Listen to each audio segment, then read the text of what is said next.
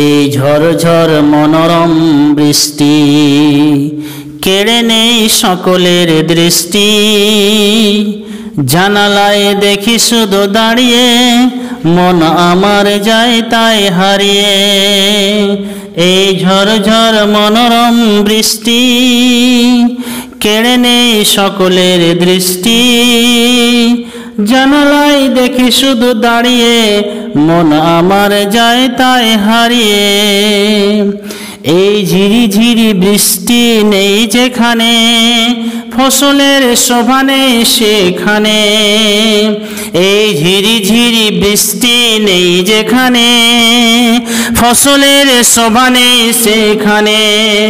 সেখানে মানুষেরা অনাহারে মরে, এক ফোঁটা পানি নিয়ে কাড়াকাড়ি করে।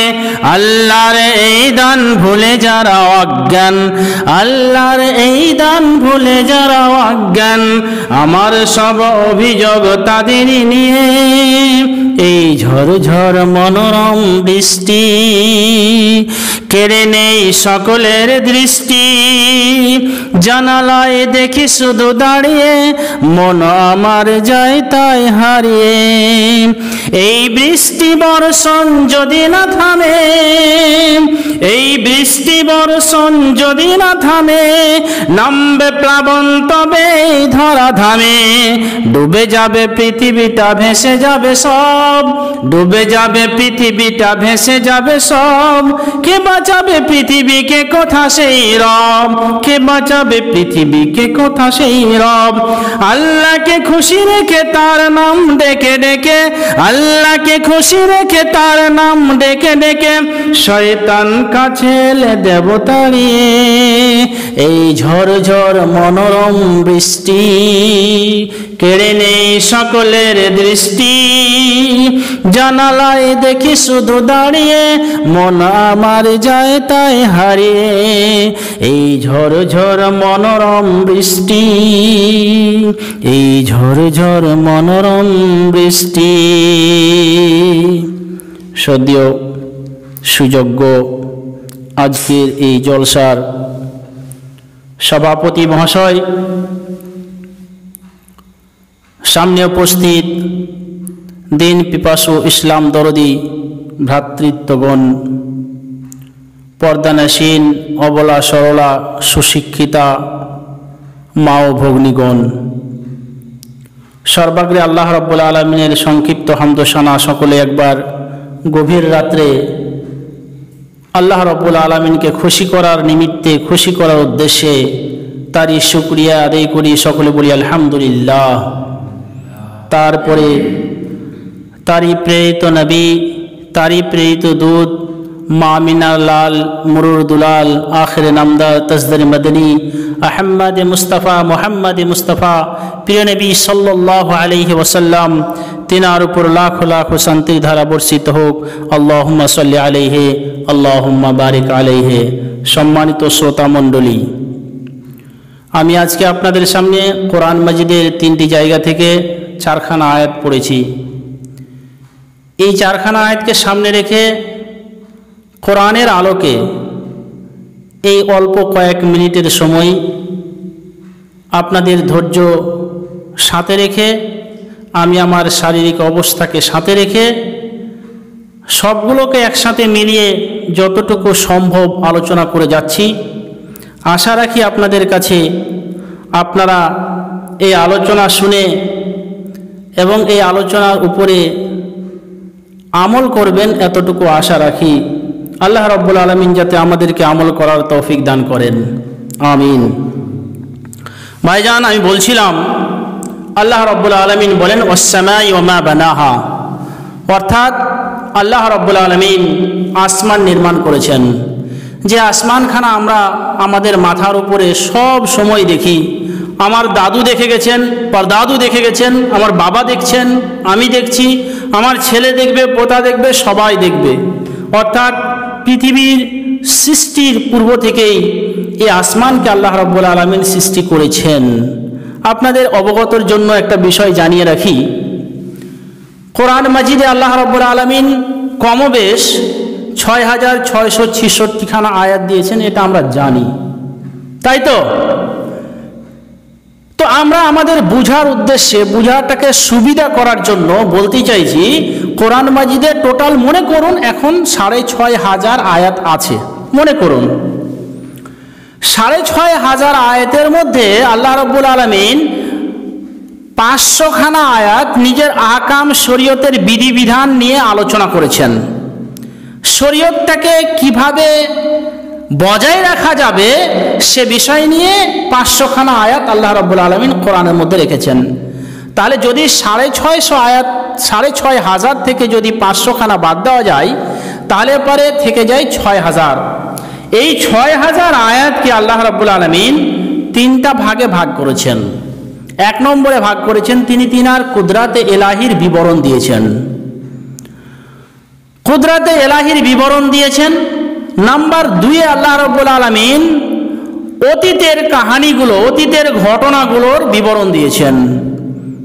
নাম্বার 3-এ আল্লাহ রাব্বুল আলামিন দিয়েছেন কি, পরকালের ঘটনার বিবরণ দিয়েছেন। 3টা ভাগ করলাম আমি। 1 নম্বরে কুদরাতে এলাহির বিবরণ, 2 নম্বরে হলো অতীতের ঘটনাগুলির বিবরণ, নাম্বার 3 পরকালের ঘটনার বিবরণ। তো আপনাদের সামনে আমি এই 3টা আলোচনা করতে পারবো না, অতটুকু সময় নেই, আপনাদের ধৈর্য ধরবে না, আমারও শরীর সাথ দিবে না। অতএব আজকে একটা বিষয়ের উপরে কথা বলছি, সেটা হলো কুদরাতে এলাহির বিবরণ। আল্লাহ রাব্বুল আলামিন কুদরাতে এলাহির উপরে মোটামুটি প্রায় 2000খানা আয়াত নিয়ে এসেছেন। তার মধ্যে আমি আপনাদের সামনে মাত্র 4খানা আয়াত তেলাওয়াত করেছি। আল্লাহ রাব্বুল আলামিন বলেন ওয়াস-সামাই ওয়া মা বানাহা, অর্থাৎ আল্লাহ রাব্বুল আলামিন বলছেন আমি আসমানের কসম খাচ্ছি এবং আসমানের নির্মাণের কসম খাচ্ছি। আল্লাহ রাব্বুল আলামিন একটা কথা বললেন যে আমি কসম খাচ্ছি আসমানের এবং আসমানের নির্মাণের। আবার আপনাদের অবগত করাই, আমরা আমাদের সমাজে অবিরত চলাফেরা করতে গিয়ে বহু কসম খাই। বলুন সবাই আছেন সমাজের, আপনারা জানেন পাড়া প্রতিবেশীতে প্রতিনিয়ত আমরা দেখতে পাই কেউ না কেউ কসম খায়। কিসের কসম খায়? বলে মাটির উপরে দাঁড়িয়ে আছি, মাটির উপরে দাঁড়িয়ে বলছি এই মাটিতে আমাকে যেতে হবে, মাটির কসম খেয়ে বলছি। কেউ বলে কি মরণ খাটলিতে শুয়ে আছি, আমি কি মিথ্যা কথা বলি? কেউ আবার কি বলে চোখের কসম, কেউ বলে মাইরি, বিভিন্ন কসম খেয়ে থাকে। এই কসম খাওয়া কি জায়েজ বা কসম খাওয়া যায়? শুনুন, আল্লাহ রাব্বুল আলামিন বলেন ওয়াস-সামাই ওয়া মা বানাহা, আমি কসম খাচ্ছি আসমানের এবং আসমান নির্মাণের কসম খাচ্ছি।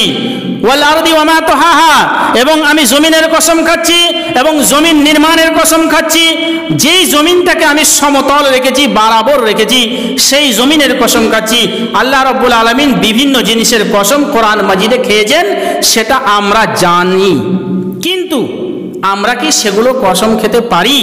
যেটা আল্লাহর জন্য প্রযোজ্য সেটাকে আমার জন্য প্রযোজ্য, যেটা আল্লাহ কসম খেতে পারেন সেটার কি আমি কসম খেতে পারি? এটা কখনোই না। রাসূলুল্লাহ সাল্লাল্লাহু আলাইহি সাল্লামের হাদিস, তিনি বলেন যদি কোনো ব্যক্তি কসম খেতে চায় তাহলে সে শুধুমাত্র আল্লাহ রাব্বুল আলামিনের কসম খাবে। এই জন্য আরবি ভাষায় অনেক জায়গাতে আমরা পড়ি বা পাই এটা আল্লাহে বলে কসম খায়, আল্লাহর কসম।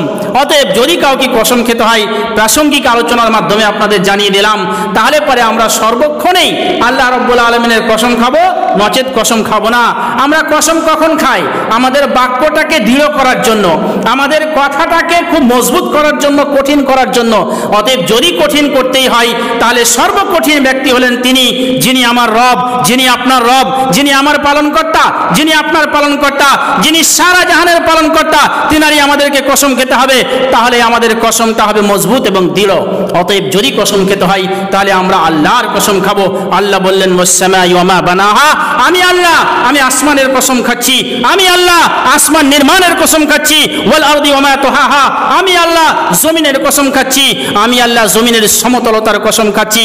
অতএব আল্লাহ রাব্বুল আলামিন এগুলোর কসম খেলেন। আসি আপনাদের সামনে, আল্লাহ রাব্বুল আলামিন আসমানের কসম খেলেন। আসমানের সংক্ষিপ্ত কিছু বিবরণ দিই। কোরআন মাজিদের সূরা মুলুকের মধ্যে আল্লাহ রাব্বুল আলামিন বলেন ওয়াল্লাযী খালাকাস সামাওয়াতি ওয়াল আরদা আল্লাযী খালাকা সাবআ সামাওয়াতিন তিবাকা, তিনি আল্লাহ, তিনি প্রভু, তিনি রব, যিনি কি করেছেন সাবআ সামাওয়াতিন তিবাকা, যিনি সাতখানা আসমানকে উপর নিচে করে তৈরি করেছেন। এবার বলি আপনাদেরকে যে আল্লাহ রাব্বুল আলামিন কোরআনের মাধ্যমে জানালেন আমাদেরকে যে সাতখানা আসমান আছে। কয়খানা আসমান আছে? সাতখানা আসমান আছে। এই সাতখানা আসমান যে আছে তার মধ্যে একটা ফাঁকা জায়গা ফেজা আছে, এটাকে আরবি ভাষায় ফেজা বলে, শূন্য স্থান বলা হয় বাংলা ভাষায়। এই ফেজাটা এর দূরত্ব অনেক অনেক দূরত্ব। এটা যদি কোনো ব্যক্তি যেতে চায় এই পৃথিবী অর্থাৎ ভূমণ্ডল থেকে, তাহলে পরে তাকে আকাশে মহাকাশে যেতে বা আকাশের তলায় যেতে প্রায় 500 বছর লেগে যাবে। এই 500 বছরের মুসাফাত পার হয়ে যেটা আমরা চোখে দেখতে পাই খালি চোখে, সেটাকে বলা হয় আসমান। এবারে বলি আল্লাহ রাব্বুল আলামিন বললেন কোরআন মাজিদের এই জায়গায় যে আমি সাতখানা আসমান করেছি এবং এই আসমানের মধ্যে কোথাও আমি শেগাফ রাখিনি, ফাটান বা ছিদ্র রাখিনি। বলুন তো কোথাও কি আমরা আজ পর্যন্ত কোনো রকমের ছিদ্র দেখতে পেয়েছি আসমানে? কখনোই না, আসমানে কোনো রকমের ছিদ্র দেখতে পাইনি। আল্লাহ রাব্বুল আলামিন কোরআন মাজিদের ওই আয়াতের পরক্ষণে বলেন যে মানুষ কি করুক, যে দ্বিতীয়বার সে আসমানের দিকে তাকাক, দেখুক যে আসমানের মধ্যে আর কোনো রকমের ছিদ্র পাওয়া যাচ্ছে কিনা, কিন্তু কখনো এটা পাবে না। তার চোখ তার দিকে ফিরে আসবে এবং সে বেকার হয়ে ফিরে আসবে, কোনো রকমের ছিদ্র সেখানে পাবে না। আমি বলতে চাইছি আসমান এমনই একটা কঠিন পদার্থ দিয়ে তৈরি যে আসমানকে আল্লাহ রাব্বুল আলামিন গেট আকারে তৈরি করে রেখেছেন, যে আসমানের উপর দিয়ে ফারিস্তারা যাওয়া আসা করেন। আল্লাহ রাব্বুল আলামিন সপ্তম আসমানের উপরে আরশে আজিমে উপস্থিত আছেন, তিনার কাছে ফারিস্তারা যাওয়া আসা করে। রাসূলুল্লাহ সাল্লাল্লাহু আলাইহি সাল্লাম যখন মেরাজের রাত্রে যান, উম্মে হানির বাড়িতে শুয়ে আছেন রাসূলুল্লাহ সাল্লাল্লাহু আলাইহি সাল্লাম, জিবরাইল আসলেন। আল্লাহ রাব্বুল আলামিন জিবরাইলকে পাঠালেন, হে জিবরাইল যাও, আমার মেহবুব রাসূল করিম সাল্লাল্লাহু আলাইহি সাল্লাম মক্কা নগরীতে শুয়ে আছেন, তিনাকে যাও গিয়ে উঠিয়ে নিয়ে এসো, আমার দিদারে করতে হবে, দিদারে ইলাহির প্রয়োজন আছে, আমি তাকে দেখতে চাইছি, আমি তাকে আজকে একটা নির্দিষ্ট খুব গুরুত্বপূর্ণ জিনিস প্রদান করব, তাকে নিয়ে এসো। রাসূলুল্লাহ সাল্লাল্লাহু আলাইহি সাল্লামকে নিয়ে আসার জন্য হযরত জিবরিল আলাইহিস সালাতু ওয়াস সালাম করলেন কি, একটা বুরাক নামক জাতীয় বুরাক নামক পশু নিয়ে আসলেন, যাতে করে হযরতে মুহাম্মদ সাল্লাল্লাহু আলাইহি সাল্লামকে চড়িয়ে নিয়ে সফর করে নিয়ে যাবেন আল্লাহ রাব্বুল আলামিনের দিদারে। তিনি বুরাক নিয়ে আসলেন, উম্মে হানির বাড়িতে পৌঁছালেন। রাসূলুল্লাহ সাল্লামকে জাগানো হলো রাত্রিবেলায়। রাসূলুল্লাহ সাল্লামকে বললেন, হে রাসূল, আপনাকে আল্লাহ রাব্বুল আলামিন দিদারে ইলাহির জন্য ডেকেছেন, আপনি বেরিয়ে পড়ুন। রাসূলুল্লাহ সাল্লাম চাদর নিয়ে সঙ্গে সঙ্গে বেরিয়ে পড়লেন। আল্লাহ রাসূল মুহাম্মদ সাল্লাল্লাহু আলাইহি সাল্লামকে বুরাকের উপরে বসানো হলো। এবারে হযরতে জিবরাইল নিয়ে শুরু করলেন যেতে সপ্তম আসমানের উপরের দিকে। যেমনই দুনিয়াবী আসমানের কাছে গিয়ে পৌঁছালেন, তেমনি সঙ্গে সঙ্গে দুনিয়াবী আসমানের যে গেট মালিক আছে, সে সঙ্গে সঙ্গে যেমনই জিবরাইল গিয়ে পৌঁছেছে, ঠক ঠক ঠক ঠক করে আওয়াজ দিয়েছে। জিবরাইলকে এই আওয়াজ শুনে আসমানের মালিক এসে বলছে, কে? জিবরাইল বলল, আমি জিবরাইল। বলে, তোমার সাথে কে? বলে, আমার সাথে আছে মুহাম্মদ সাল্লাল্লাহু আলাইহি সাল্লাম। সেই গেটের মালিক বলল, তোমার পারমিশন আছে আল্লাহর দরবারে যাওয়ার, তোমার পারমিশন আছে এই আসমান ছিদ্র করে বা আসমানের গেট পারাপারি করার, কিন্তু তোমার সাথে যে এসেছে সে হলো একজন মানুষ এবং সে জীবিত দেহ নিয়ে, দেহ সাথে করে নিয়ে এসে কোনো মানুষের যাওয়ার অনুমতি নেই। এখানে সেই যেতে পারে যার আত্মা শুধু আসে, অতএব তাকে নিয়ে যাওয়ার কোনো অনুমতি নেই। জিবরাইল বলল, ইনি হলেন তিনি যে আল্লাহর মাহবুব প্যারা, যাকে আল্লাহ রাব্বুল আলামিন পাঠিয়েছেন নিয়ে আসার জন্য, অতএব তাকে ছেড়ে দেওয়া হোক। সঙ্গে সঙ্গে রাসূলুল্লাহ সাল্লাল্লাহু আলাইহি ওয়াসাল্লামকে ছেড়ে দেওয়া হলো। বন্ধুগণ, বুঝাতে চাইছিলাম আল্লাহ রাব্বুল আলামিন আসমানের মধ্যে কি করেছেন? গেট নির্মাণ করে রেখেছেন। যে আসমানের গেট, এটা আজকাল কোনো বিজ্ঞানী পর্যন্ত প্রমাণ করতে পারে না, কিন্তু আল্লাহ রাব্বুল আলামিন আসমানের মধ্যে গেট রেখেছে। এটা কে প্রমাণ করলো? সেটা হলো আল্লাহ রাব্বুল আলামিনের কোরআন। অতএব এই কোরআন মারফতে আমরা জানতে পারলাম আসমান একটা কঠিন পদার্থ এবং এই আসমানের মধ্যে আল্লাহ রাব্বুল আলামিন গেট এবং ফারিস্তা নিযুক্ত করে রেখেছেন। আমি বলছিলাম ওয়াস-সামাই ওয়া মা বানাহা, আল্লাহ রাব্বুল আলামিন কসম খেলেন আসমানের এবং আসমান নির্মাণের, ওয়াল আরদি ওয়া মা তুহাহা, এবং কসম খেলেন কিসের? জমিনের, এবং জমিনের সমতলতার কসম খেলেন, যেই জমিনের সমতলতায় আমরা আমাদের পার্থিব জীবনের সমস্ত কিছু কাজকর্ম করে আমাদের জীবনটাকে অতিবাহিত করি এবং সুখময় সুখময় জীবন তৈরি করি। এই সুখময় জীবনের জন্য আল্লাহ রাব্বুল আলামিন আমাদেরকে আমাদেরই উদ্দেশ্যে, আমাদের সুখের উদ্দেশ্যে একটা নিয়ামত আকারে জমিনকে সমতল আকারে তৈরি করেছেন। এবারে আমি বলি, আল্লাহ রাব্বুল আলামিন বলেন ওয়াসাখখারা লাকুমুস সামাওয়াত ওয়াসাখখারা লাকুম মা ফিস সামাওয়াতি ওয়াল আরজি। আল্লাহ রাব্বুল আলামিন কি করলেন? আসমান এবং জমিনের মধ্যে কি করলেন? আমাদের জন্য সমস্ত কিছু জীব, যতগুলো জীব আছে 18,000 মখলুকাত, এই সমস্ত 18,000 মখলুকাতকে আমাদেরই উদ্দেশ্যে, আমাদেরই সেবা করার জন্য কি করলেন? পয়দা করলেন।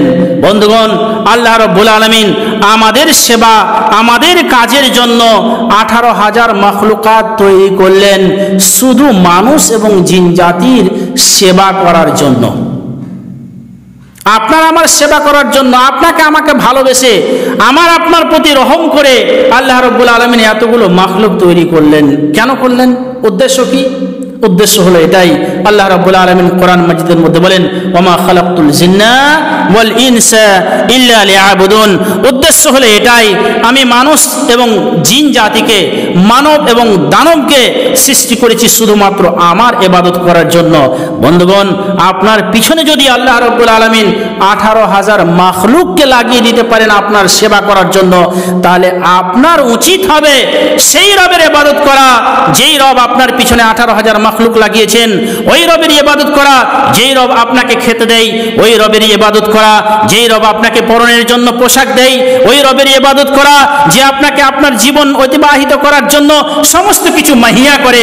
অতএব সেই রবেরই ইবাদত করা আপনার জন্য হবে জরুরি।